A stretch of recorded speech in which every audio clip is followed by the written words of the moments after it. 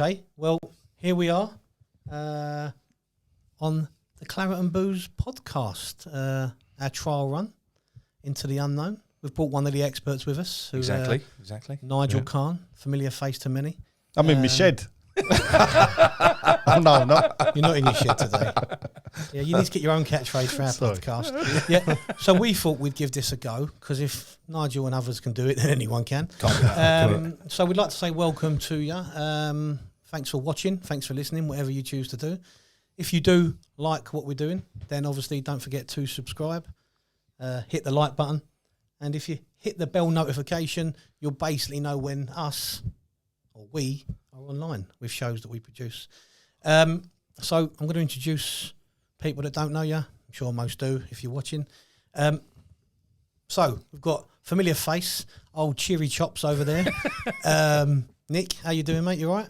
I'm very well.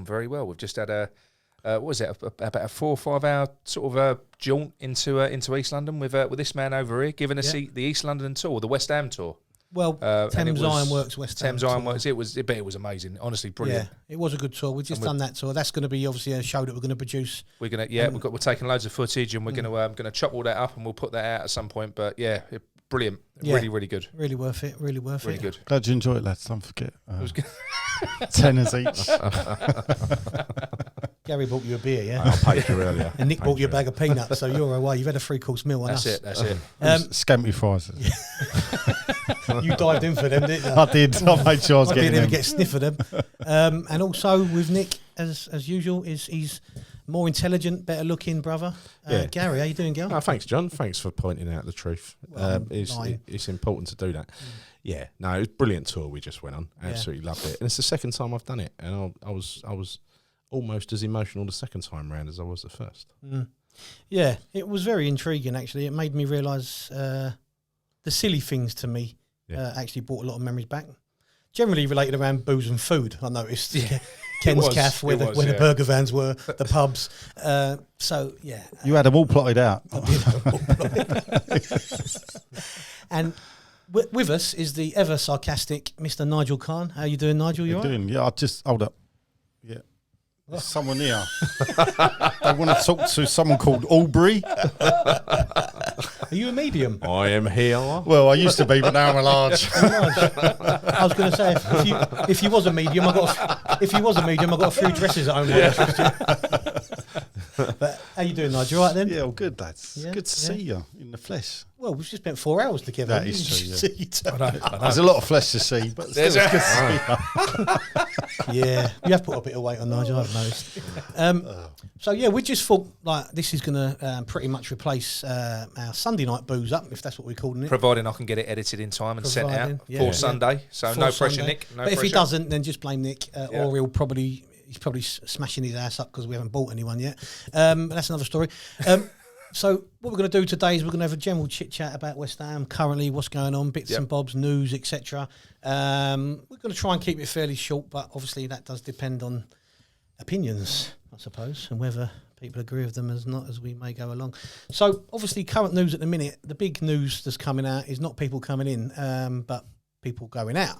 So as we know, Sonny Perkins has taken advice and it looks like he has left the club. Yeah. His contract's expired. He's decided that his future lies elsewhere. So, you know, this a lot of people could say the club's fault for not renewing his contract in time and not having the foresight to negotiate sooner rather than later. I, for one, not of that opinion, if I'm honest with you. I'll keep my opinion till the end. So, Nick, what is your take on the Sonny Perkins situation? Look, it's a tough one with Sonny Perkins. We've seen it before, haven't we? You know, just in recent years with the likes of Ngakia sort of going out the club, and I don't know. I mean, the first thing that we've got to accept is that he's not really our player. We nicked him from Leyton Orient, didn't we? We took him from Leyton Orient, Sonny Perkins. So we've only had him for, is it a year, 2 years, something like that? It's not long. But he was looking good last year. He is highly rated, but I know he did get to see some first team football last year. Well, a few minutes, didn't he? But from what I saw, although it looked like there was a player there, it didn't look like he was anywhere near ready for the Premier League or anything like that. And that's not to say that he's not going to be. You know, I don't like to see players leave. I'm a little bit frustrated that he's going, but it doesn't look as though it's something that the club have been behind. You know, fair enough, we could have just paid him whatever he wanted, but I don't know that that's always the right thing to do, is it? You know, not for me. So yeah, I'm gutted about the situation, but I think you can see from the reaction from the club. You know, they've been quite firm with their response, haven't they? It's like they're fuming as well. So yeah, it's not ideal, but look, it's gonna happen. It's gonna happen, isn't it? We're gonna lose youth players. You know. Yeah. I don't really hold the club responsible for that, though. No, I mean, you know, there are plenty of things that I'll dig the club out over. But when it comes to Sonny Perkins, I mean, what seems to happen? First of all, there's some mixed messages coming out from the club. You know, a few weeks ago, there were reports saying, don't worry about it because we've got a 12-month option on him. He's going nowhere. And that was reported by a couple of places. We know right? who, yeah. And that turned out to be nonsense, right? The word on the street is that Spurs, who he supports, have been sniffing around him, and various other clubs as well. I can't believe he would chuck West Ham for the likes of Leeds or the likes of Villa, or maybe he's getting excited, playing for Gerrard or something like that. But again, I reinforce what you just said. If he's asking for first team wages, and that is a rumour, I mean, firstly, I can't believe we wouldn't pay equivalent wages for a youth team player to Leeds or Aston Villa. I can't believe they're going to outbid us based on wages. So it must be that he's got a valuation. If it is about wages, it must be he's got a valuation above his station, and he's expecting a bit more, and he's probably going to end up disappointed. When I saw him play, didn't he play the whole game against Croatia Zagreb? You know, that second, Yeah, He did, yeah. And he was in a defender's pocket all night. And as a young player, and, you can forgive that. But then again, I've seen other players at 18, 19 who have probably impressed me more playing as a striker than Sonny Perkins did that night, or he did when he played the following time. No, that's right. I mean, look, this is really to go to Nigel. I just want to say one more thing before you go.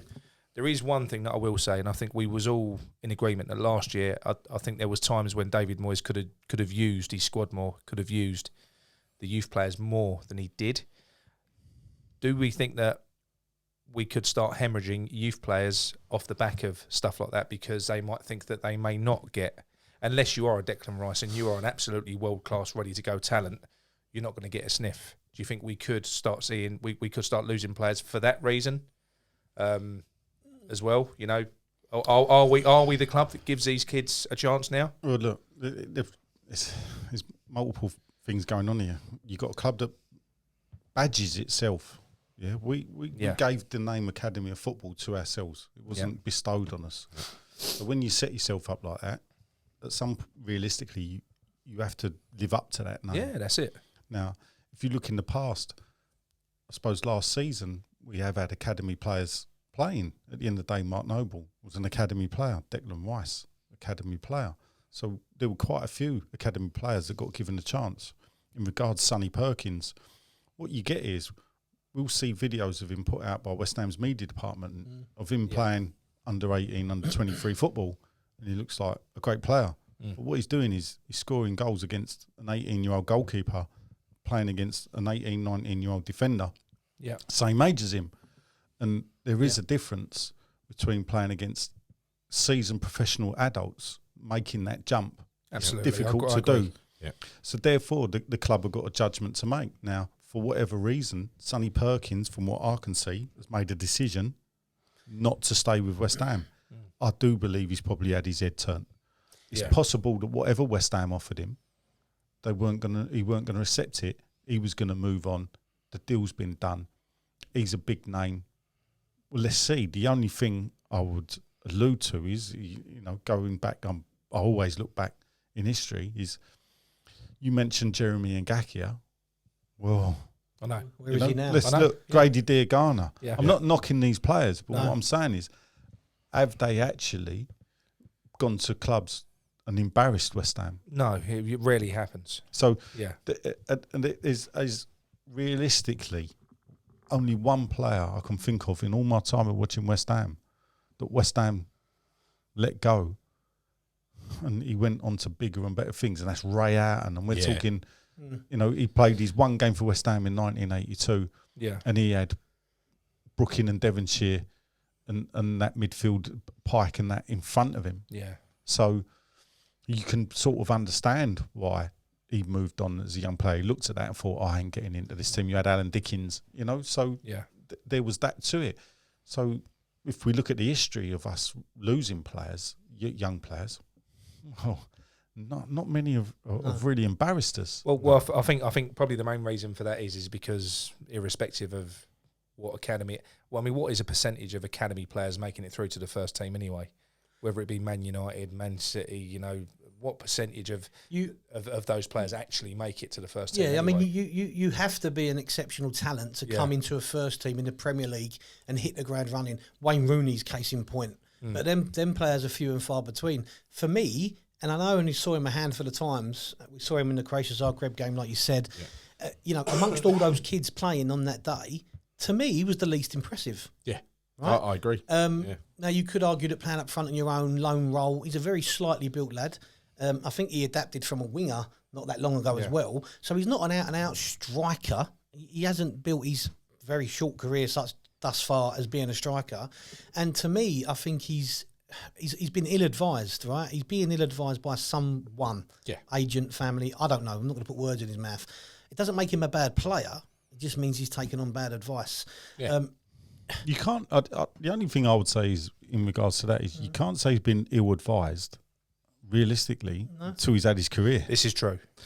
This is true. If he turns up at Tottenham or whatever, goes into their team and does embarrass us, well, then actually he will say, I made the right decision. But would a 17-year-old kid who's played a handful of minutes, not games, minutes, remember, would a 17-year-old kid be, I mean, maybe I'm wrong, maybe I'm, being 43 as I am now, I'm not in their world, but would he already be chasing the dollar if that's what the rumours are to be conceived to be true? I suppose if the agent is putting pictures inside his head, that's what I'm saying. He could earn, then maybe because kids are young and impressionable, and 17 years old, he is a kid, isn't he? So you don't. I'd want to see what team he turns up at. Yeah, I mean, if he turns up at Tottenham and basically he's going back to his boyhood club, who he's always supported, then I can understand it. Yeah, if he's always supported him, I get that. But no team he goes to. Will he be going straight into the first team anyway? No, he will be playing the waiting game like he would have been doing at West Ham. So physically, he's not ready, is he? No, he doesn't look it. Yeah. So that's what I'm saying to you. All the defenders we had on show that night, Ashby, Elise, Longello, they looked more physical specimens. And I know he's only 17. He's got a lot of time to grow. I get that. You know, Jack Grealish was a whippet of a kid when he came on the scene, right? But Wayne Rooney was built at 16, wasn't he, right? So his physicality is a big part of it. I get that. But he's only going to be going somewhere else and doing exactly the same as he would have been doing at our club, no? Yeah. So therefore, what's he going for? Well, look, he ain't going for assurances of first team football. He's going for money. What I would say to the people worried is that if we look at the English players playing for West Ham and look at the academies they came from, how many came from a Premier League team? Creswell, Tranmere. Yeah, Antonio didn't do academy football because he was non. Nor did Bowen. Bowen as well. Bowen was lower level. It's only Rice, isn't it? So, so actually, when you look at it on the face of it, it's how many players come from a Premier League academy team and make it in the Premier League. Yeah. It's a good point. It is a good point, and it happens less and less and less. But that always comes down to the fact that people want success and they want it now. And I don't think clubs and managers have the time to invest time and effort into a player and say he's going to be good in 3 years. They're going to say, well, we want that success now. And the fan base across the board of the Premier League, but also West Ham, let's not lie, we want a certain, whatever success is at the minute, we want a certain element of style. We want a certain criteria that we demand, and we're all different, as we are around this table now. So the youngsters probably don't get the time they deserve. Then, people say they're inexperienced. Well, they're only going to get experience by playing games, but they're not going to play games because at the end of the day, the manager will get the chop if results fail. So it's a catch-22, isn't it? The risks are too high for a manager to throw in a young, unproven player. But at the same time, I think if a player was of a certain grade, I don't think Moyes would hesitate in playing a player who he thought was the real deal. I just don't think he's convinced with a lot of these younger players. Now, I would like to see, you know, as a West Ham supporter, I'd love to see academy players come through. But back to your question, Nick, about how many make it, it's probably 1%. It could be even less than that. Yeah. In terms of making it into what's the causing the top uproar flight, then top flight, with so. Sonny Perkins? It's always the same though, isn't it? Whenever West Ham, we like a homegrown player. I think all clubs do. I don't think it's just West Ham, but I don't know. It's not. I'm not. My in uproar. theory is I'm not in uproar. No. I'm upset he's going. My theory is that one of his first touches was the header that he scored. Yeah. And you think, well, here's a kid who's come on. He's 17 years of age. Yeah. And You could look at it another way. That was his big chance. well, Yeah, but then Tony Cottee took his chance. Yeah, exactly. Yeah. well, That's so exactly yeah, what I was but then thinking, so did Freddie Sears. Yeah, that's true. Yeah. And look, And well, we gave, you know, when Freddie Sears scored that goal, I remember there was an extra. against Blackburn, yeah. It was an extra buzz, wasn't it? Yeah. I think was it Sheringham at the shot, or Aylward at the shot, and he rebounded to. Yeah, the Sears. keeper saved it. Yeah. And then But the Freddie. thing is with that is we get carried away so quickly because we crave this homegrown talent that any little bit of thing we see. So for him, it was that header. We're like, oh yeah, you know. And I think also there's an element of the fan base that want to blame the club for almost absolutely everything. Yeah, you're right. But we are the Academy of Football. Yeah. And Yeah, it but- comes round again sometimes where when you bestow yourself a name like that, You got to live up to it. you got to live up to it. Yeah. But that can go two ways because the Academy of Football for me is, you could say, it's about producing players. They may not play for West Ham, Yeah. but if they become professional footballers, Yeah, I agree. then you are producing. Yeah. Then you are an academy. And I think they arguably do that. A lot of players have come out of the academy and made professional careers Yeah. in one of the leagues, Oh, right? yeah. So I think, you know, as a production line, I think it's pretty good. But it doesn't sit well with me when a young player kind of makes demands. And that is the story. And if he has made demands, then, you know, Andy's going to join Tottenham. I wish him nothing but misery. But that aside, if he goes somewhere else and he has the average career that he, you know, because listen, there's something, I don't think the West Ham coaching staff are mugs, right? And I don't think David Moyes is a mug. I think if they saw anything to suggest that he was ready for first team football, he'd be playing first team football or getting time off the bench. I don't think Moyes is that pig-headed that he wouldn't try these players out if he thought he could use them, you know? What about the likes of? I know we couldn't use him in Europe last year, but the player that we brought in, Okoflex, who everyone thought was oven ready to at least get some time and some minutes. Yeah. And do you know something? That's a player we've brought in. Someone who, he's not a baby, is he? He's not 18. Played for Celtic. He's not. He's literally there. He's ready. He got no game time either. No, he saw no game time at all. No, he didn't get he was in the squad a lot, like for the Premier League games. But No, I know it doesn't didn't mean see any anything. games, No, you know? I get that. But Perkins was only used on the bench in the European games, I think, predominantly. And the cup games, he was used and a against, couple of cup games, Spurs, yeah. wasn't he? But I think Okoflex out of the two, to me, looks. He's 21 and he's a bit older, isn't he? He's 21. Right. He's not a baby. So he's a yeah. man, isn't he? He's built. He's ready for it. He's got the physical Yeah. attributes. I genuinely, I don't get the hype over Perkins, if I'm honest with you, already. I'm not saying he's not a good player, but I don't really know what people have seen to be so annoyed by it all. And I think Nigel's right. What they've seen is clips of him playing under 18, under 23, which you've said in the past looks quite non-competitive. It is non-competitive. I forget the name of the player, right? But there was a player who was absolutely tearing it up in the youth team a few years ago. Tony Martinez. Tony Martinez. Yeah. And at an away game, and I can't remember which Shrewsbury away game. away. Shrewsbury away. Right. Nigel, fill in the blanks for me. The crowd was singing his name because we couldn't buy a goal. Martinez. Singing his name, get him on the bench, right? Yeah. Get him off the bench. Finally, the manager relented and brought him on. And 5 minutes later, the crowd are thinking, "Oh, what the fuck is this?" He's doing all right now, isn't he, Martinez? Well, 4 years down the Yeah, he's doing all right 4 or now. 5 years. So Yeah. he's gone via Spanish Division 2. Where is he now? He's in top flight Portuguese league. Is he at okay. Porto? Yes, yeah. So yeah, he's He's doing all right. He's doing all The right. other player that I could see making a return, moving away from Perkins, is Reece Oxford. He's had a couple of good years away as well in the Bundesliga. I think Oxford will be back at some point. What, back at West Ham? No, well, back in the Premier League. Again, I think he's changed agent, right? He was definitely badly advised. And I do blame the agent in these situations. I do not blame the player. Look at Paul Ince way back when, right? Bad agents, bad advice. Defoe. I've got kids that are, you know, that are I've got one who's 20 who couldn't make those sort of decisions. He just couldn't. Right, and at 17, I've got 3 boys. All of my boys at 17, they couldn't have made big decisions like that. It's all based on advice from adults, right? And so I'm not gonna have a go at the player when I think it's the agent at fault.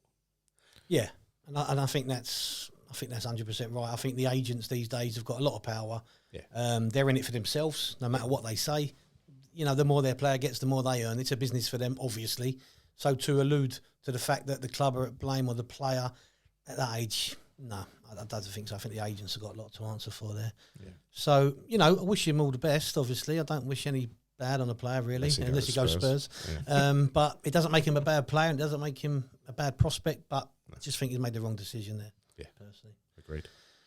Right, so moving on. Again, as I alluded to at the beginning, we're talking about players going out. We're going to slightly talk about Nick's favourite subject and everyone's favourite subject, transfers, players coming in or not. As we'd like to say. So as we know, the merry-go-round continues. The helter-skelter. The helter-skelter, as Nigel's great article on 6foot2.co.uk. If you haven't read it or you haven't looked at these sites, go and have a look. Fantastic article about the helter-skelter that is transfers and who and what you believe. Now, obviously, we've been linked with 57,000 players in the summer already. It's literally 50. I think Dom was tracking it. It's over 50 players already. But like I always say, it doesn't actually mean the club were looking at any of these players. And I know you know that. I'm not being condescending in any way, shape or form. But so obviously now we've got Aaron Hickey seems to be the one who I think Fabrizio Romano tweeted today that Brentford are in pole position to sign him from Bologna for 14 million. I went on a scouting mission to Milan to watch him, and he did impress me. All right, there's only one game I see him playing, but he did play very well against AC Milan. But Brentford have crept up out of nowhere and seem to be in pole position.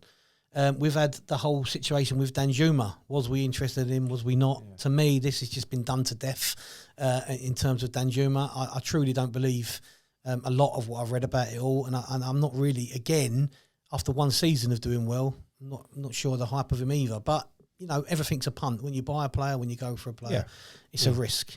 So, Nick, transfers, what are you saying? Are we going to get anyone? Clearly, we're going to have to get someone, but... I just thought that we were going to be a lot more prepared coming into this window. I know people are going to turn around and say, "Look, we've still got we've got a long time until the season starts. We've got almost 2 months until the window closes. Look at all the business that the other clubs have been doing. You know, not a lot of movement so far.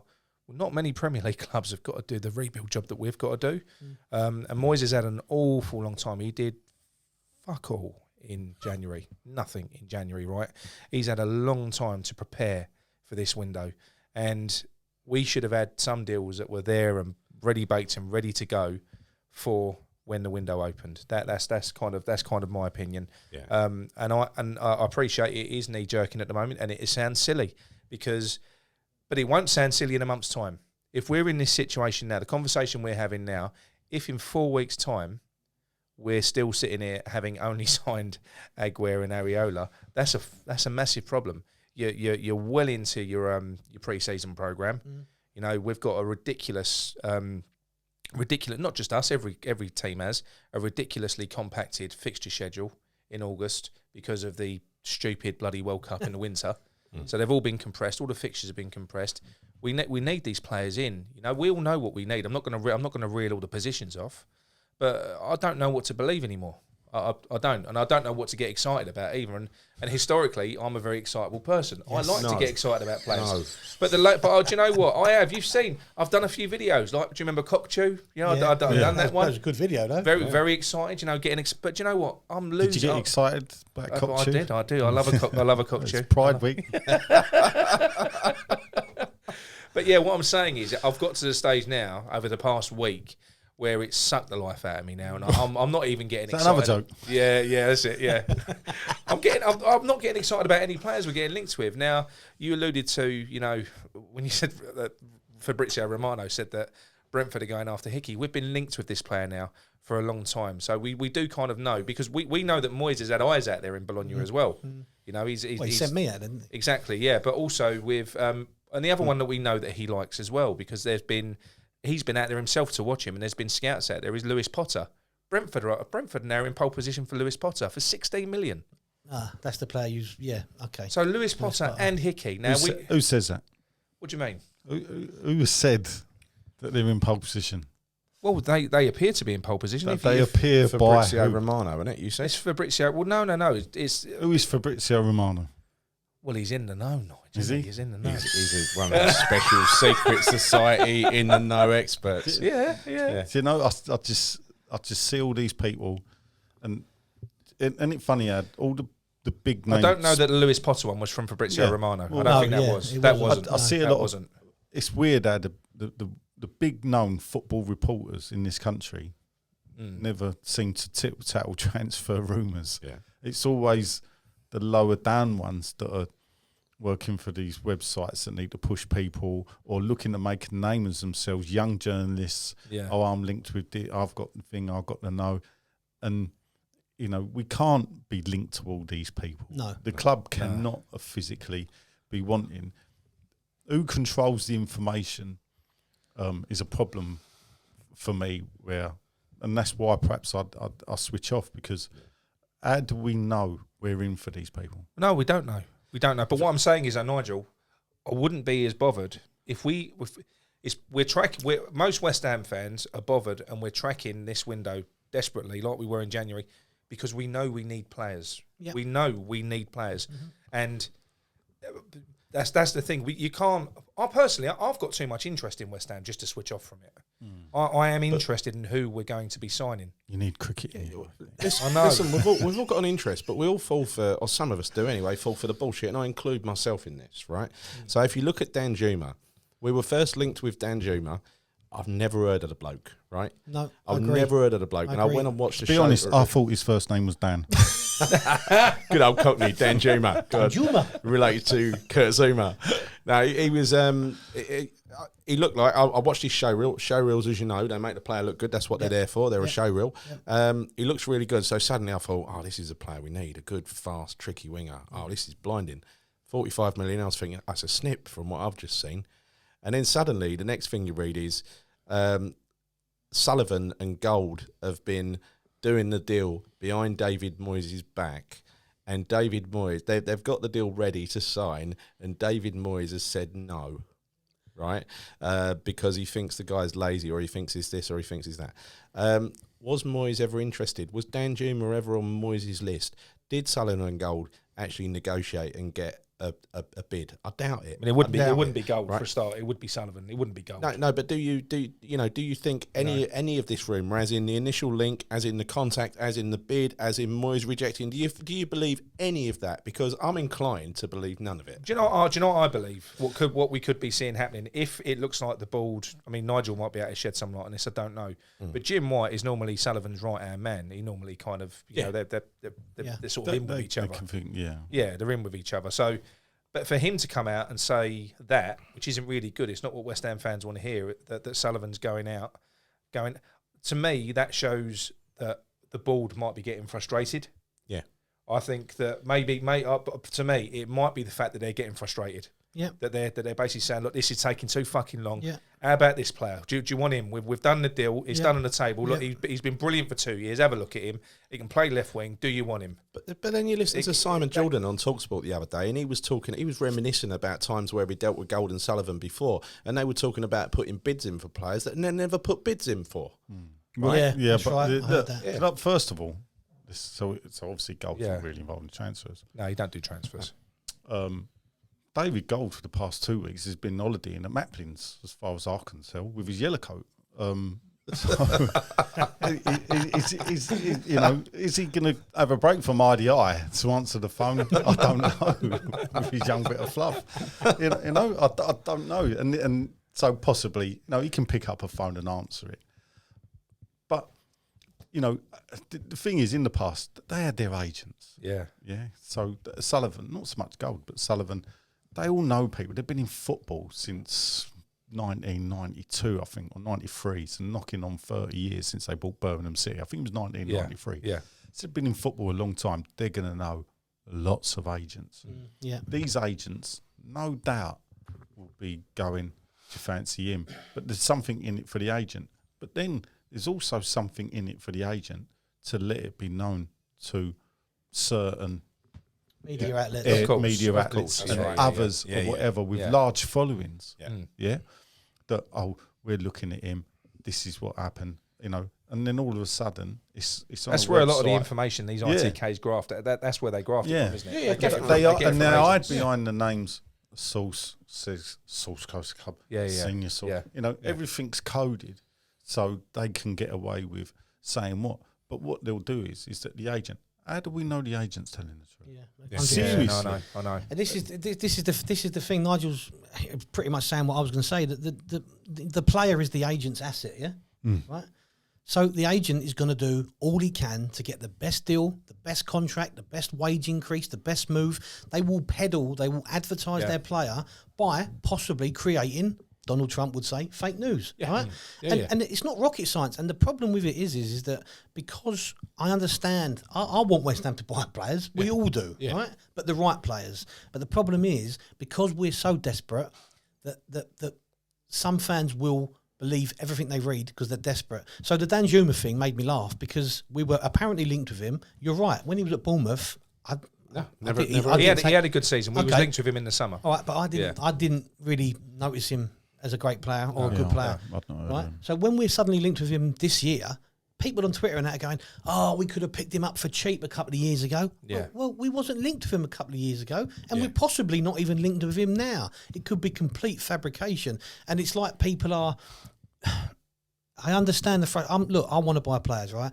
But it's like people are looking to point the finger of blame constantly, whether it be at the board, whether it be at Moyes. And because we've got this on-demand society now, people feel they have the right to know what's going on at every given moment. Need to know, yeah. I don't need to know. I preferred picking up the Sun newspaper and looking in the little sections on the left-hand side as you opened up. Oldham are interested in John Hendry. West Ham have paid for him. And that was it. That's all you knew. Yeah. The problem is too much information is causing the hysteria or... here's a scenario. This is totally fabricated, by the way. You sure? Is that an agent might want to move a player on. Yeah. The player may not know this. Yeah. So said agent goes to the club and goes, do you like this player? Do you fancy him? Because I can get him to come to you. And the person at the club might go, yeah, we'd be interested. And then after the club has said, yeah, we'd be interested, the agent then goes to the player and says, this club's interested. Would you like to go and leave them? Now, at that time, before that conversation, the player was more than happy to play for that football club. Yeah. All of a sudden, the agent says, I can get you a 30 grand a week pay rise. Yeah. And, we'll agree with you, and you go and play Premier League football. The player's going to think, oh, yeah. So straight away, the agents actually created it. Yeah, so now the player's interested. The club thought the player wanted to leave, but then it all blows up and whatever. And agents and whatever will put information out into the public. And bear in mind, they're doing that. They're not doing it as a chit chat like we're doing now. No. They do it on purpose for a reason. Yeah. It's in their own interest. That's how they earn money. They earn money on new deals. That's it. Yeah. That's it. I mean, the only thing that I would say is in terms of sort of going back to transfers, and the hysteria and everything surrounding the transfers from the fans. Like I said in the show the other day, not helped by in January when David Moyes comes out and he says things like, we will only sign players better than what we've got now. And then he confirmed these 3 world record breaking bids for players that we later learned was Núñez, Rafinha and Phillips. Now, what I'm saying to you is, do you think that there is any substance in that? Do you think that David Moyes was, in a sense, bullshitting, so not to find it? Or do you think we did bid for those players? Do you think it was bullshit? And do you think that the bids were genuine? And if so, are we going for the right players? Because they were never going to come to us. If I'm going to answer, they were never going to come to I'll us. tell you what I said at the time. Do I think we bid 50 million for Phillips? Yeah. I think at the FA Cup game, Angus Kinnear, who's ex-West Ham, now CEO, was sitting opposite Karen Brady, and Karen went, Oh, really? It was Soviet based. Oh, we'd like to have Calvin Phillips playing with Declan Rice. You sell him to us, we'll give you 50 million for him. And Kinnear's sitting there going, no, you know, it's like, it ain't happening. It'd be like me offering to buy something off of you and you going, no, it ain't happening. And this is how I think it would have happened. Right, okay. So it wasn't a formal offer then. You know, would you class as a formal offer? Well, if he'd have turned around and gone, yes, we would have jumped in. Yeah, that's it. You know, but it's dinner table chit chat. Yeah, that's when you've got to decipher if it's just a chit chat over a glass of Chardonnay or it's a genuine offer. If what you're saying is true, then what you're saying is some of those offers we made for players like Núñez, Phillips, Rafinha were hollow offers. They were hollow offers. And then what would have happened if they'd have come back and gone in? We'll have that money. Well, yeah, no, I know. That's what I'm saying. That's the thing. So a bit of me thinks we've offered 50 million for the pair, not each.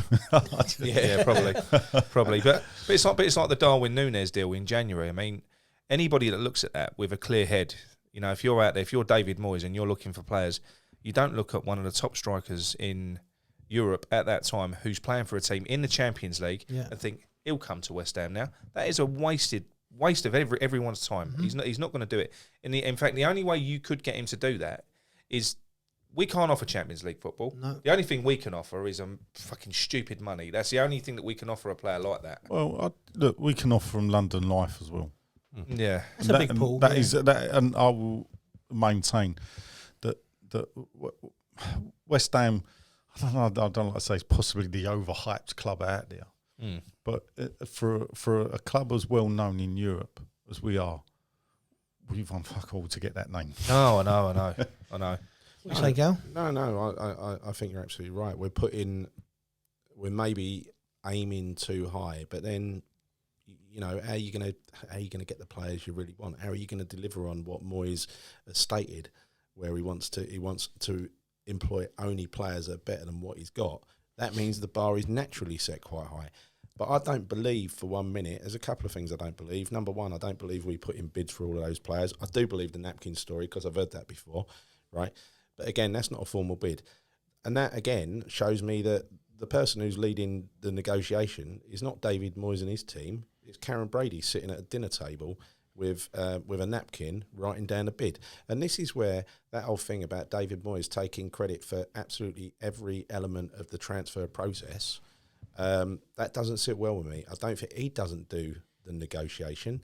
He tells them what players he wants, and the people with the money go and do the negotiation and sign the deal.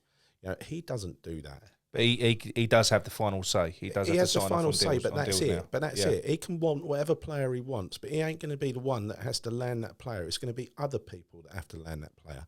And this is where I'm to my mind, I'm completely certain about that he doesn't do those other bits. I'm pretty sure he doesn't go and negotiate contracts and sign contracts. I can't believe that either, if I'm honest with you. No. I can't believe he decides on salary. I mean, I know Arsene Wenger used to do it. I think Ferguson may have done it. I don't think David Moyes does that. But I think it's all part of it, because I think when you're managing a Premier League football team, if you're given that level of control, you'll have a wage budget and you'll have a transfer budget. That's what you'll have, and I think it's all relative. I think, you know. It is. It has to be, because you've got to manage all of that, you know. So you and yeah. I mean, this is the way I see it. So we got a club like West Ham, a well-respected thing. Yeah, we're not the biggest club in the league, and we're not the biggest club in London. So no matter what you want to believe, it's true. Let's be honest. This is a track. Yeah. So if you look at the market we're trying to go into, it seems to be we're focusing on the foreign market. But then if you look at Newman's brief at Man City, we were talking earlier, he was head of overseas recruitment. So we've pulled in their head of overseas recruitment, so now West Ham are looking at that. So we're now going to these players and say, come and play for West Ham. But we're aiming high. People would expect us to aim high. But then these clubs will be advised by agents or whatever. Like in case of Darwin Núñez, you know, sit tight, Liverpool are interested. Yeah. Sit tight, Arsenal may come in. Sit tight. I don't know, it's a dirty word or whatever. Chelsea, unfortunately, these clubs are bigger than us. Yeah, no. And players would rather play for us. But the problem is, there's another thing on the horizon, and it's called Newcastle. Yeah. So now, people will look at the Newcastle ownership model, and even though Newcastle ain't throwing the money out there, funny enough, They've been quite reserved. They've been quite reserved. Yeah, people know. Well, they've got money though, so if I play for them and do well, I can get a big. Yeah. So now we're looking at 6-7 teams. Players would rather play for. Possibly Aston Villa. Possibly Aston Villa as well. Well, I don't know. I think we're more equal in stature and everything else. So people will look, and we do have the London life, and I'm sorry, it is better than Birmingham. Yeah. So when you look at it like that in the cold light of day, we got to figure out how do we break into that while not recruiting players, that will take us up, that will step up to the level, that won't cost us that level. But what I'm saying is, all of that said, are we targeting the wrong types of players then? Yes, because in my opinion, that's what we're doing. Because it's almost like Moyes and Newman must have sat down. Maybe they're getting a bit of a rude awakening now. I don't know. Maybe they're struggling to understand that we haven't got the pull that we should have, or that we think we have, because it does. I mean, like a Lewis, we proved it with Bowen. Great signing. Someone like a Lewis Potter. That's probably the type of player we should be aiming for. Yes. Yeah. Probably is. Yeah. You know. Agreed. You know, and it feels like we're trying to run before we can walk. Yeah. A little bit, and that's all we expect as fans as well. We expect those sort of players to be linked with We West didn't Ham. ask for all those big names in January. No, we fans. didn't. We didn't expect. We didn't expect Diaz to be linked with us, or Phillips, or Rafinha. No, that was a big surprise. We were linked with a bunch of other players before then, weren't we? Yeah. So it ain't us who's setting the bar high. But once the bar gets set high, then people's expectations get raised. And then when you finally sign nobody, rather than somebody who's a bit of a lesser player than Rafinha or Phillips and everything else, everyone's disappointed, aren't they? I'm not. But. You know, the problem is I don't want to go over the same thing as I've said previously. Our overachievement, whether you like it or not, has created an overambitious or a lack of foresight into what we really are. And that is not. I've been accused. You've said it to me joking, but you might mean it, that I don't have ambition for the club. Well, I do. But I still understand where we are in the pecking order at the moment, and I know what we can attract. Yeah. And if you look at the team we've got now, as I've said a million times, sorry to bore you if I'm saying the same thing, they've all come from generally lesser divisions, non-league, something to prove. Now, that may not be exciting as a fan to buy players from Championship, but at the end of the day, it's what we're made up. That's our DNA at the moment as a club. It's players who have played lower league football. It may not be glamorous. It may not excite you in the transfer window, but it's a fact. We're a team that creates superstars. We're not a team that buy them. We're not going to buy superstars. We don't buy we haven't got the superstars. clout across the board. Yeah. If you look at the past, we were a team that used to buy, but we would buy falling stars. In a way. Winterburn, right. Yeah. I'm trying to think of a big name player that we've signed. Well, it would have been, as we was talking earlier, the biggest one for me that caused excitement was Tevez and Mascherano, no? Well, yeah, but they were stars fairly unknown that were on the rise. Yeah, but it still created excitement. Yeah, but I'm thinking of a player. Funny enough, the only player I can think that we bought at the peak of his career. Oh, at the peak of their career, right? Phil Parks. Yeah. And it cost us a world record fee at the time for a goal kick. It's worth it though, wasn't it? And Phil had to drop down a league. You know, to do that. And you try and think of, some of the big stars. Di Canio, was he at the peak of his career? Possibly, but we got him because he was damaged goods. And a lot of fans were a little bit sceptical. Let's be honest. We, as much as I knew he was a bit of a maverick, I was still a little bit. Tevez, we got Payet in his best season, but Payet was a problem. Yeah, he's always been a problem player. That's it. Payet. Well, if people had known how good Payet was, we never would have got him. Who was Payet's manager? Bielsa. Right, and the story I remember at the time was we were in for Bielsa, but he turned us down. And that's why Payet came over. Well, I don't whether it was a soldier thing, because you got to remember that Bilic was fourth choice. Yeah, I know. Yeah, I know. But in regards to Payet, he wasn't. We made him. I'd never heard of him. Right, I'd heard of him, Me neither. but I didn't think he was anything special. It shows you about the French league though, because do you know something? The season before, his stats in terms of assists and goals, he was more than Messi. He had more. So that the season before for Marseille, he was one of the very top players in Europe. He had up front with him.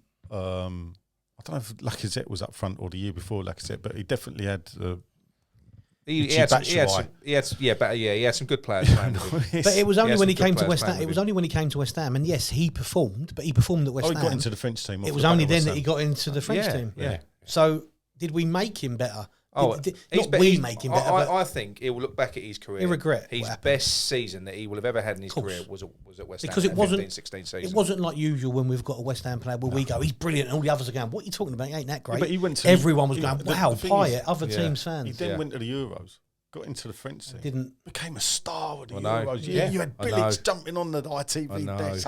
Player of the tournament. Player of the tournament. Yeah. And you know, you think, and then he came back and he realised, oh God, I'm at West Ham still. Sadly, Bilic on the desk was the time when Bilic fell from grace in my eyes.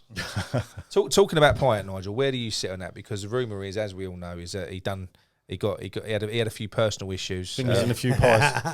But he had a few. What they're saying is that they say that the rumour is that I've heard is that he had a few personal issues, that he cheated, basically, got another bird pregnant, and his missus says, "That's it, we're going back home." You come or that's it, it's over. It's a rumour. Well, look, at the end of the day, when he was leaving the club, it was Marseille or no one, so it was pretty obvious why he wanted to go back there. I don't know about the other stuff. The thing is, if you look back to that, I don't know if Payet, he was a great star. The weird thing is, that was probably our best chance to finish top four. You know, in between the Man United game, we lost to Swansea and Stoke. Yeah. Which if we'd have won and drawn, I think, those games, we'd have finished fourth. Yeah. So we forget that after all the excitement of Manu, we were that close. Yeah. Whether when he came back, big star now, and his new season, London Stadium, and he's had a look at the people we bought. You know, again, another lot of players I'd never heard of. Nordvite was a top quality signing, mate. Gökhan. Nordvite, I remember. Oh my god! He made Noble look quick, didn't he? And I love Noble. Simone Zaza, whose best goal at the London Stadium was for Juventus against us. You know, so do you remember that shot that went out for a corner? Well, it wasn't that good, wasn't it? It was so amazing, wasn't it? Tragic, wasn't it? So getting on to transfers then, in terms of specific players, what we're saying about the one that's been dragging on for the last 18 months, old Jesse Lingard. Where do we stand on that? I mean, we're all sick of it now, yeah. Yeah, I'd say go. Well, look, with Lingard, I feel he's been dragging. He's been leading Moyes astray for the last probably since January, right? He hasn't wanted to come to West Ham. Man United, you know, they didn't possibly want to let him go in January, so he couldn't join us. But at the same time, he didn't really show any appetite to join us. His brother's a bit of a knob as well, the agent, and things he says on Twitter. I don't watch this; he'll never sign. And you know, I get the impression now that he's just dragging it out to try and get the best deal we can. I don't know whether he wants to come to West Ham or not. I would be, if the rumours are true, and Moyes pursuing Lingard is delaying him pursuing anyone else, I would like to see a cut-off point. Yeah, you know, a cut-off point of maybe give him 2 weeks, right? Yeah. Give him 2 weeks, right? If you're not going to sign for us in 2 weeks, then we're going to go on to next target, and Jesse Lingard is history, right? Either that, or I wish he'd just sign for someone else and it'd be done. I just want it to be done quickly. I'd love to get him. But I want it to be over at the same time. Whether good or bad, I want it over. We want to know either way. Yeah. He was up in Lancashire yesterday. Doing some steam train thing. Yeah. But the thing is, I think you said it, his contract only ran out on the 1st of July, wasn't it? His contract only ran out on the 1st of July. Yeah. And people will say, all the negotiations should have been in place by that date. Yeah. But we're not the only one after him. You know, Newcastle, if it's true, they're coming. Everton. And again, it's maybe not his last big move, but potentially he's going to get a huge signing on fee from somewhere, and he's going to be holding out for as much as he can get, rightly or wrongly, as a footballer. It's a short career, so you've got to appreciate that they want to earn as much as they can, as quickly as they can, because they retire at 35. But as a fan, we just want to be put out of our misery. Yes. I don't get the obsession with the money thing. For me, I never have done. I don't give a shit what we pay players. It's none of my business. So it's not really. I'm not that bothered when people go, how much are we paying him? I don't understand it. He's run his contract down. Okay, it works the same everywhere. He's going to get more money because he's a free transfer than what he would have done if we was paying a fee for him. I don't really understand why people get upset about how much we might pay him. Yeah, if we pay him 150 grand a week, so what? Well, Claret and Booze factored in the signing on fee to the weekly wages to make him look greedy, didn't they? Yeah. So what do you reckon, Nigel? Listen, are we talking to him every day? Probably not. Have we made him an offer? Probably. So we've gone, this is what we can do, yeah. It's in your court. Now, it's in Jesse Lingard's best interests to wait till August the 31st. Exactly. Yeah? It is his best interest, though. And Right. yeah, but Moyes can't waste another window. But this is the thing. You say, do I think David Moyes is sitting there? Well, I can't do anything until Jesse lets me know. You know, Where's he from? Where's David Moyes from? Glasgow. Oh, Glasgow. So, do I think that? No, I don't. I think he's looking at the targets. I think that if Jesse turned around and then said, "Yeah, I'm going to come," then we will sign him because of what he'd done in the past. I don't think we're hanging our hat on him. Yeah. The thing is, bloody hope not. The Jesse Lingard story makes great Twitter news. Yeah. Yeah, it does. Yeah. And it's the helter-skelter. Yeah. It spins round and round. Jesse seems like he likes the helter-skelter as well. No, I mean, look at him on his fucking silly TikTok dances. Yeah, but as much as that annoys you, that is the modern way. That's the young people's way these days, and especially celebrities. Yeah, but you know, I don't like it. You say it's young people. He's not 12, for fuck's sake. Nick, I know, but he's grown up in the 29. social media era. Yeah, but did you see that dance? They were so in time. They were so in time. It's brilliant. Is he going to be doing this in 10, 15 years' time when he's 45, is he? Is he TikToking? TikTok videos? Yeah, probably, yeah. Yeah, of course, yeah. And his Jay Ling's There's people that clothing make a line. living out of it. I don't get people want to sit in front of a camera and like. I tell you. Just don't get it. We're not dancing though, are we? We're not doing silly dances. That's because you can't dance. I know. No, but I don't get it. For me, I think he's especially at the moment. He's trying to sort himself a deal out. It's like he's taking the piss. He's not. He's like Nigel said. He's holding out for the best deal. Why wouldn't he? You have to be selfish. What are you going to do, Nick? What are you going to do? See. Well, if I'm Jesse, if you're a footballer, you don't have to be Jesse. If you're a footballer, and you know you're a free agent, you know that actually they've got to cough up a signing on fee that goes to you, not to the club that you used to play for. You get your wages. Are you just going to sign up for the first club that bats their eyes at you, or are you going to look about? If I'm honest, I think the money he's going to be offered, there's going to be parity there, really, because most clubs are going to be offering him a decent wedge. That's what I think. There's not going to be a massive difference, right? So what you do is you look at the club that you want to join, and you join because you're getting your money, so you can afford to join for more than just money reasons. You look, what's going to suit my lifestyle? What's a better team? Where do I think I'm going to be more suited? Because I'm going to play my career out there potentially. So would I keep that team hanging on for the sake of getting an extra 10, 20, 30 grand a week elsewhere? No, I wouldn't. In his position, I guarantee you, Belotti don't hang out till August the 31st. Belotti will sign somewhere within the next week. I'll tell you what. Belotti will. I don't think Lingard is going to have too many other offers that are going to compare to West Ham. I don't think we're going to get outbid by... I don't think Newcastle will be interested. They're shopping in a bigger market now, right? Don't forget his age, 29, 30, right? I think they can afford bigger and better. I don't think any of the so-called big six would be interested in him, right? So you're looking at Everton. Everton are not going to pay as much wages as us. Well, I don't know about that. So because they're looking to be sold. Because the funny thing is that this will now come out that Mashiri, the owner, is he trying to recoup money now? Is he? He's bankrolled by Usmanov, and Usmanov's been balls. Yeah, so they're up shit creek then. Yeah, that's why they've just sold Richarlison. Yeah, they need to bring money. Recoup, they're going to have to wind in. Bearing in mind, it was Everton that were more in chance of failing FFP than any other club. Yeah. What is it with Fat Frank? Wherever he goes, the clubs go bust, don't they? Kiss of death, isn't it? Such a shame. Maybe it's the canteen bill. Yeah, maybe. Before we move on, if you're talking about Everton and they're trying to sell players, would you take CalvertLewin? Yes and no. I still don't think he's as good as people think.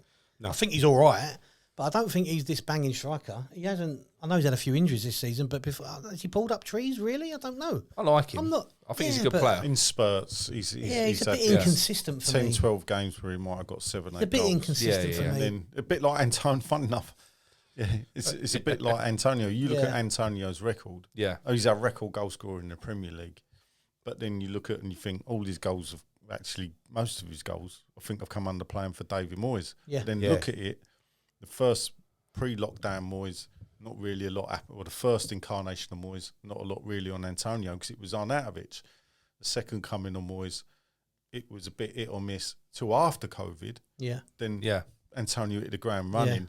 He followed that up, died off again, had a great start season just gone, but that disappeared before Christmas, if we're being honest. It did. If a player like Calvert-Lewin had consistency, he wouldn't be playing for Everton. No. And if Antonio had consistency, he wouldn't be playing for West Ham. Right? That's the difference between, that's why Declan Rice stands out like sore thumb, because he produces every single game. Yeah. And that's the difference between a player that plays for us and a player that plays for Man City. That's what the media can't believe he's still with us. Yeah. No. Well, no, but and also you got to think, because also just before we move on, because of the way Rice is playing, he's definitely holding Soucek back, isn't he? So he didn't even listen then. Yeah, I'm just looking at the time. Let's go on. Yeah. So right, so at the end of the day, transfers, something else is going to happen. Right? I'm not talking about Soucek on this. No, we're not talking about Soucek. We're not going to talk. That's a whole new podcast. Great player. Only a great player. So I think we've had 2 fantastic seasons under Moyes in the last 2 years, right? We know what could have been, and possibly if we bought in January, we could have challenged top 4. I still don't believe any amount of players we brought in January would have got us top 4, personally, to some extent, right? That's just me. And that's not me being negative, that's me being honest as a West Ham fan, right? Season coming up, right? Dependent on who we get in through the door, of course, there is a little bit of that. Nigel, I'm going to come to you first. I just went to Gary. What do you think? What denotes for you another good season at West Ham for Moyes? What denotes another good season? Good season for me would. I know what you're going to say. Is a cup run and staying in the Premier League. Obviously, all right, so what do you expect? So the way I see it is I take it in. I look at our late season form as a marker. Weren't good, and it weren't good. No. Yeah. Then I look around. And I look at the history of clubs, similar situations to West Ham in the Premier League, and you'll see that they're 2-hit wonders, 2 or 3-hit wonders. Villa did it under Martin O'Neill. Yeah. Didn't quite get top 4, finished 5th, 6th. Then it started to fall away. Yeah. In seasons 3 and 4. Leicester City finished 11th, did they? Or 10th last season. Really. Yeah, so they had 2 seasons where they were a top 4 club for like 37 and 38 weeks, and it was the 38th week, the all meaning week actually, where they both times lost the last game of the season and fell out of the top 4 to finish 5th. They then fell away. Yeah, I think Rodgers bought himself a bit of kudos with the FA Cup win. Yeah, bought himself a bit of time. Yeah, because at the end of the day, we outperformed them in the Europa League. We outperformed them in the Premier League. Yeah, and they got knocked out by Roma, the eventual winners in the semi-final, but they still ended up in Conference League, which I'm not going to knock because we're playing in it next season. Yeah, no, not at all. But at the end of the day, they come up against a good Roma. But if you look at their season, and they were a team that had been doing better than us for the previous, they had 2 5th place finishes. We've had a 6th and 7th. Yeah.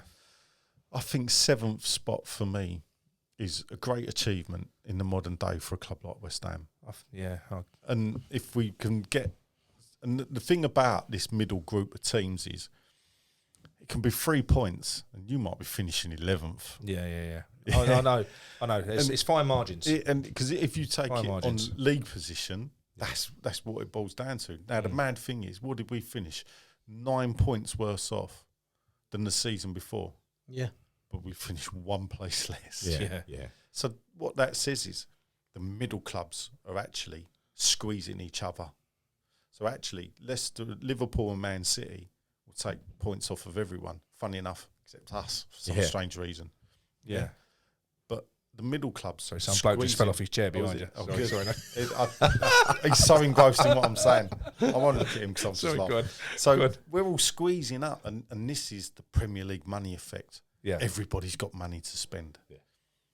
And it's such a... It's sort of leveled the playing field a little bit. It has leveled the playing field. There is a great thing that I think last season when Sheffield United finished bottom, they banked 115 million. Inter Milan won the title in Italy and banked 85 million. Yeah, exactly, yeah. And now you know why all the other clubs are pushing for a Super League. Yeah. You could say that, I know it's just happened, the so-called top 6, big 6, did finish in the top 6, right? Mm-hmm. Yeah. And we finished 7th. Yeah. Right. But I think with Newcastle into the mix as well, and us and several other clubs who are going to be progressing, I don't think the top 6 or 7 are going to keep their managers for very long. You know what I mean? There's going to be changes in those clubs, right? You'll have some that pull away, Liverpool and Manchester City. You probably have Chelsea that do quite well.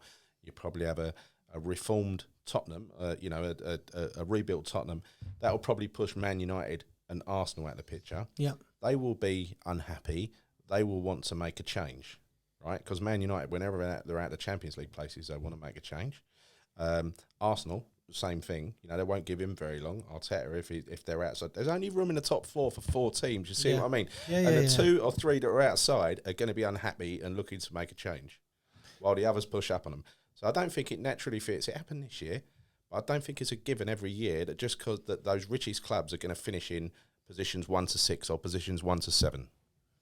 No, I think, like for me, Arsenal and Man United are very catchable, if that's even that's a real word. I know Man United have got money and they've got the history of the club. I think Ten Hag could do well there. He could probably bring in some good players. Yeah. But for me, a bit like Nigel, I agree totally with everything Nigel said before in regards to West Ham being a cup team. For me, the next step is winning a cup. Yep. What denotes a good season this season?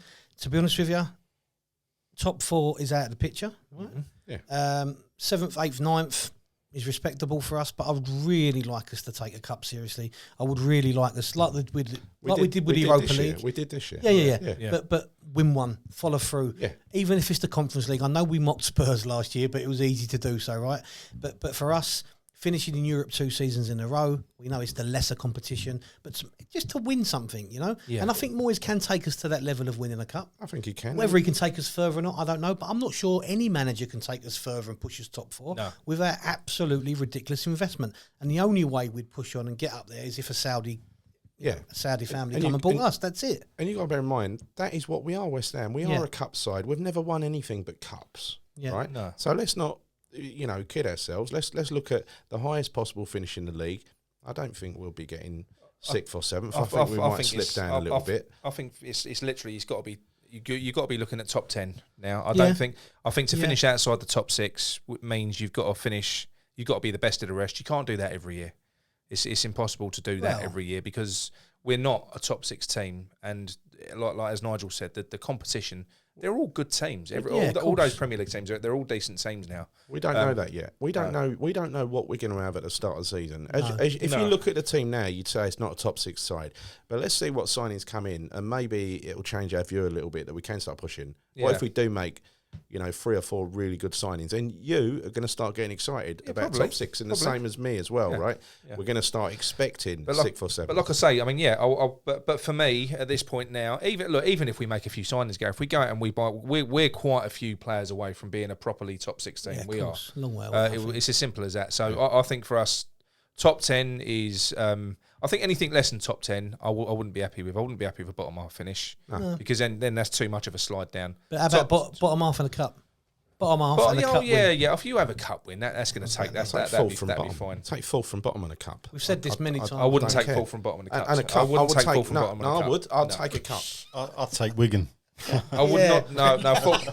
Fall from bottom. That means you're a shit Premier League team. I wouldn't quite take it to the extreme of Nigel that he's happy to get relegated. So even though the Championship's fun and all that sort of stuff. You say that, and again, I know it's. I don't want us to be a crap Premier League team. If you get 4th from bottom, you're a crap Premier League. No, you're not. Because you're still a Premier League team because you've survived and you've got a cup, and you can always come again the next year. And I'll tell you what, the League Cup, we've never won that Freehandle Cup. It's my favourite Freehandle Cup. The Europa Conference trophy is actually nicer than the Europa League. It's a very nice trophy. In aesthetic, it's nicer. A very nice trophy. So I'd like to win that. I do like a nice cup, Nigel. I do like a nice cup. As you can see. So, yeah. So that would be, listen, it's the 3rd, I think you said this before, Nigel, it is the 3rd tier of European trophy, and that is effectively what we won with the Cup Winners' Cup. Yeah. Right? Even though maybe it wasn't back then when we won it, it was the 2nd. Yeah. Right. But in 1975, it was the 3rd tier, right? Yeah, but we'd have been happy winning the UEFA Cup when that was the 3rd. Yeah, of course we would. Of course we would. Yeah. So. We was over the moon with Intertoto, weren't we? Pots apart. Well, it was. What denotes a good season for me? Enjoying it. Yeah. Yeah. That's the key thing. And that's actually, the key thing. there's been some seasons where if you look at it on paper, we've finished 9th, 10th. I think the first full season with John Hartson and Berkovic in their pomp, Yeah. I think we finished 9th. Yeah, love that season. Yeah, but we had the cup run, which ended at Arsenal, I think, on penalties. Well, we got knocked out twice by Arsenal, funny enough. That was when Abu hit the post. Yeah, the post. You know, we lost 2-1 in the League Cup. I think it was penalties in the FA Cup, which was the quarter-final.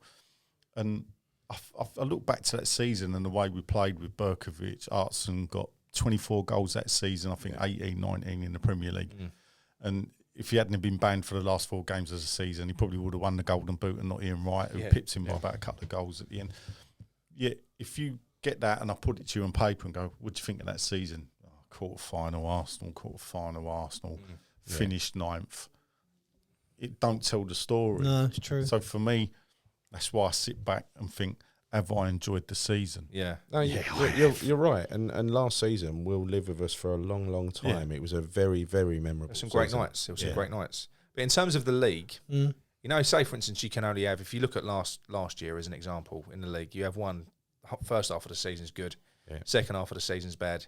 If you could switch that around every season, would you do that? Because I'd always rather start slow and finish strong. Well, Because then you remember the season more fondly. You remember the season more fondly then. You want to remember, because when you walk out, the funny thing is at the end of the season is what makes you more look forward to the next season is you've been entertained at the end of the season. Yeah. The funny thing is that, again, there's leagues where you could look on paper like seasons, like I suppose in a way, I think Europe probably saved us this season. If we'd have got knocked out of Europe, it would have been disappointing. Early doors, really disappointing. Then actually, if you look from January onwards, Weren't good. It weren't good. No, but we still finished 7th. Yeah, I know. Yeah, but that was I'm not saying it was exciting. Somehow. Well, by hook or crook. I know. You know, if you look at the last 10 games, Yeah, no, I agree. you know, terrible. I think we're looking 2 wins. I think I know. if you look at it, and if you go back at last season and have a look at it, you realise that we didn't play any games with the COVID situation. Yeah. Right. We played every single game. Yeah. While Arsenal and Spurs and Liverpool and everybody were giving themselves a nice little break. There was one point where I think it was before Christmas where we're sitting 4th in the table. Yeah. And people were like, "Oh, if this, if that." Yeah. And We'd played more games though. I remember with my Tottenham mate, and he was sitting there, and I went, "Do you think this season so far? Like, they just brought in Conte. I don't know, did thing, and they're sitting 8th in the table. Do you think you're having a good season or a bad season?" He went, "It's terrible." I went to him, "You win your games in hand. You're 4th." Yeah, but it was like, and the funny thing is, from that to where they finished, it just proved my point. Yeah. Seasons are a marathon, not a sprint. You have to wait, unfortunately. I know it ain't good. Yeah, you have to wait till all the games are You played. have to wait till everybody's played everybody until you get a better Of course. picture. Yeah. I mean, I just think last season was... I sound really boring, though. No, not at all. No, not at all. It's true. I think last season was... I know it petered out a little bit, and I agree. It did peter out, especially in the league. I think last season was one of my most enjoyable seasons at West Ham because the European campaign probably papered over the cracks somewhat of the last few months of the Premier League season. And like Nigel said, I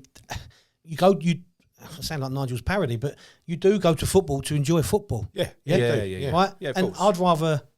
I'd rather lose a game 5-4 than have a boring 0-0. I'm I sorry, I know it feel sounds like that really... as well. I feel like that because as well. some of the best days, like Di Canio, them games, we was up and down, we let 5 goals in, we let 3 no one's goals going to in. look misty-eyed back at the Sam Allardyce era.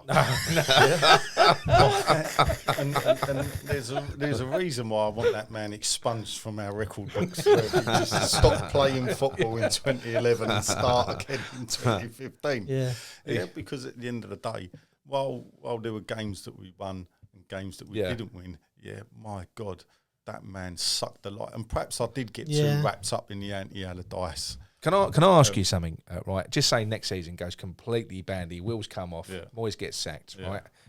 Moyes gets sacked. We've got about 7 games left, right?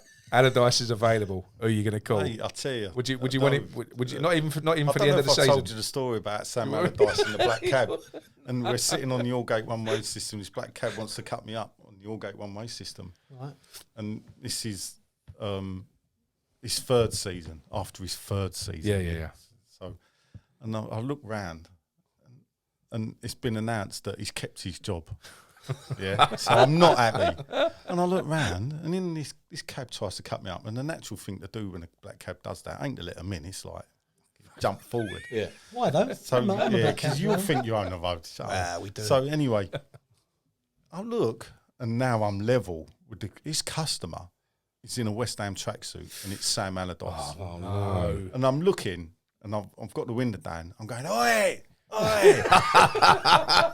Don't look up. He's buried in his phone. Yeah. So the cab driver thinks he's getting in front of me. So I've made sure he don't get up. And I've got the window down.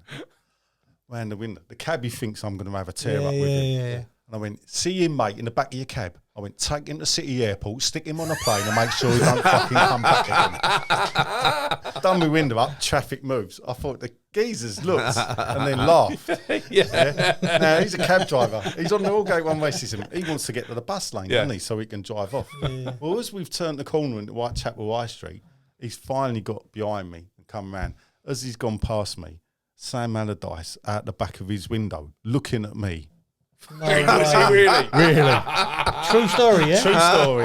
Oh, wow. True story. There's two brilliant. bits of that. One, Wow. I'm glad the cab driver told him what I said. Two, I laughed my head off because I thought, actually, Sam Allardyce. He done you. That is good. I tried to chase him to see if he did take him to City Airport, but he disappeared onto the Isle of Dogs. Obviously, Sam lived, I think, at the Marriott Tower. No, they used to stay in So, wasn't it the Pan Marriott Peninsula. Tower? No, Pan Peninsula on Matchmakers Road. Oh, They had West Ham had a few apartments there, whether that they was still the have Marriott. or not. Marriott was at the ground floor, and they were. No, that's where West Ham used to stay before away games was it? or big cup games. But the players, especially players from overseas, there's a couple. I don't know if they still own them, but it's Pan Peninsula because our mate's dad is the janitor or whatever, concierge or whatever you call it there. And they had apartments there, but I'm not sure if they do anymore. I know he was staying I know there. Allardyce was there. Or maybe the cab driver just went the long route to City Airport to get some more money. I'll have to show you my email to David Sullivan about Sam Allardyce. Oh yeah. And, That'd be good. It actually weren't the fact that I emailed Sullivan. In fact, he responded to you, wasn't it? He responded. Oh my God, I to didn't him, know yeah. this. It I was didn't know this. that was and this is what he said in his email. So this was after the whole game. Yeah. So we've just booed West Ham off after winning a game against 10 men. A game that we won, for people that don't know, that we won with an own goal. Yeah. Good goal though. Well, you say it was a good goal. When the ball was crossed into the box, there was no West Ham the player that kicked the ball in the back of the net. So it's whole City, I think, managed by Steve Bruce, funny enough. Yeah, he took over. Who had been Golden Sullivan's manager at Birmingham City. Yeah. So there's like uproar, isn't there? Yeah. We've booed them off, and believe me, they deserved it. It was a bad performance. And then after, on the internet, it went mad.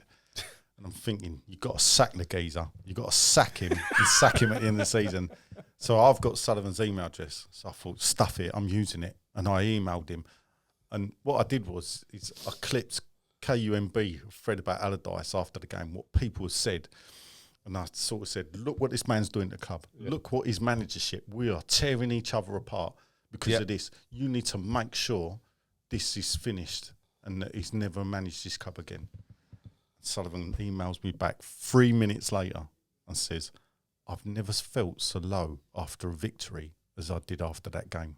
Wow. That was his response. That was Dave Sullivan's response to someone he's never met or had an email from. That's amazing. And then I look at it and I'm thinking, wow. He agrees. He agrees. He agrees. And I'm like, what are you sack going to do about it? But now you get a bit of insight into how these fucking stories leak out from the club. What are you going to do about it? Yeah. And it was an insight into him because I emailed him at the end of the season saying, please make sure you sack him. Again, I had 50 comments from different websites. Yeah. Read these. When you make your decision, because there was a big meeting about was he going to stay or go. And it was that day. I was like, read these. Make sure you make the right decision for this club. He has to go. And he emailed me back. He said something along the lines of, we're going to do what's right for the club. Don't worry about this. There will be changes. This is what we're doing. And what he did was, oh no, it got better. Then there's a press release. Right. And when you read it, it's like 1 o'clock in the afternoon. So then I read it, and it's the press release that West Ham are putting out that Sam Allardyce is staying as manager. But get this. Go on. The press release has not been revealed to the press yet. So Dave Sullivan's just emailed a fan who's corresponded with once before. Yeah. The press release that West Ham are keeping Sam Allardyce. But I haven't told before the press have been... Oh, wow. Yeah? So I then send it to Claret and you and say, or someone Claret and you say, look at this. Yeah. Where'd you get that from? I got it from the club, from Dave Sullivan. He's like, oh my God. He then goes to the press officer. Goes, look what we got. The press officer has a fit. Where'd you get that from? Well, Dave Sullivan. That's unbelievable. It's unbelievable. And they're like, please, don't share it. Don't share it. So then they cut a deal and they get, this is how sausages make people, yeah? This is possible, yeah? So they allowed the club to at least put the press release first. Right, out in the public before Claret and you revealed what I had sent them. Yeah. So this is a story.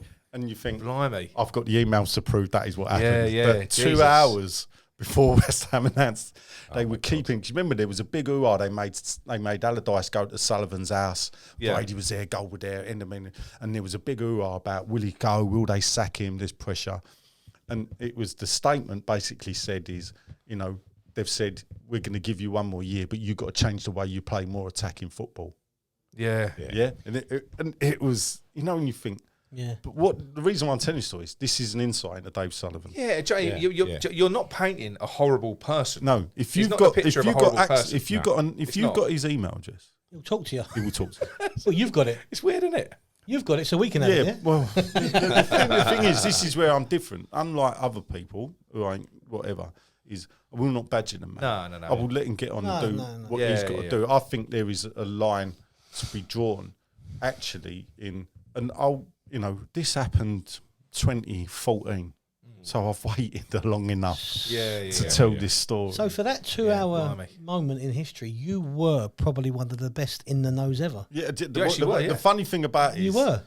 For a 2-hour window. I should have put money on it. You should have. Yeah. Yours probably were a bit shorter, but they still hadn't made the decision. And I knew that the club were like keeping him. You know, but it's just... Nige gonna give it to you. It's just... That's it. Don't give me that right. So anyway, it's just one of them mad things that... You know, if I don't know, perhaps during the season that must have been killing you to actually sort of hang on to that though. No, not really, because for me, you know, I've never felt the need to be seen as that person. No, and that probably, you know what, that probably made you quite. You probably respected Sullivan a little bit for that to some extent. You got so you didn't know me back then, but those that did know me knew my pure hatred. I can imagine of Gold, Sullivan, and Brady. And perhaps it was the start of a calming. I mean, I would say I'm indifferent to them now. I'm the same. They'll go one day. But no matter, you know, in 2010, 2011, I thought I can take them on with the support of the fan base. We can change it. Yeah. Because I look back, as I told you, at the Bond scheme days when actually social media's totally surpassed that. People ain't bothered. There was a disinterest. And everything else. And at the end of the day, I look back at my time fighting the club as if these are the people that can take rubber dildos from being a dirty backstreet thing sold in these horrible little shops or in women's front rooms in these giggle parties and put them in shops in all the shopping centres around the country and sell them as a legitimate business. Well, my God, they've got some marketing skills. No, they have. So, I mean, we're going to conclude there. And on that note, I didn't know those two bits of stories. That was a great story. That great story. That's an exclusive. I'm glad we got that exclusive. Going to wrap up then. So, we're going to say thanks to Nick, obviously, for being here as part of the Claret and Booze trio. Gary as well. Myself as well. Nigel, as always, thanks for coming on and showing us how to do podcasts. I'm on the pod. You're on the pod. Where are you? You're in the school. So we're going to put this out as a premiere once the editing's done. When you watch it live, people, we are going to be in the live chat. So if you want to drop comments in there as the premiere drops or afterwards, as the case may be, then we will be having a conversation back with them, I suppose, won't we? Yeah. And if you like the format, don't forget to let the boys know people. Yeah, let us know. I mean, this is new. Yeah, this is all new. This is new. There's other things that we can do. We can add camera angles in and stuff like that. Yeah. But you know, this is a trial. It's a trial run. Yeah, it's a wider trial run. angle cameras. Wider angle cameras. When Nigel's here, we'll have to get a wider angle thing. So, again, as always, thanks everyone for watching or listening, as the case may be now. And as I said at the beginning, if you like it, give it a like, follow the show, subscribe, and all that nonsense. That's it. That's it. Thank you very much. Come on, you, man.